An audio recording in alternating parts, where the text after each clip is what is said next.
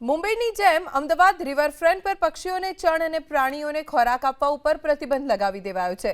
મહાનગરપાલિકાના cattle nuisance control department Sabarmati riverfront project વિસ્તાર તેમજ પ્રોજેક્ટને જોડતા તમામ રસ્તાઓની ખુલ્લી જગ્યા પર પક્ષીઓને ચણ અને શ્વાન સહિતના પ્રાણીઓને ખોરાક આપવા ઉપર પ્રતિબંધ મૂકી દીધો છે।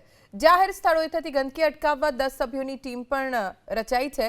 જે ટીમ સતત પેટ્રોલિંગ કરશે અને રિવરફ્રન્ટ વિસ્તારમાં કોઈપણ વ્યક્તિ પક્ષીઓને ચણ અને પ્રાણીઓને ખાદ્ય ચીજવસ્તુઓ નાખતા પકડાશે તો દંડનીય કાર્યવાહી કરશે।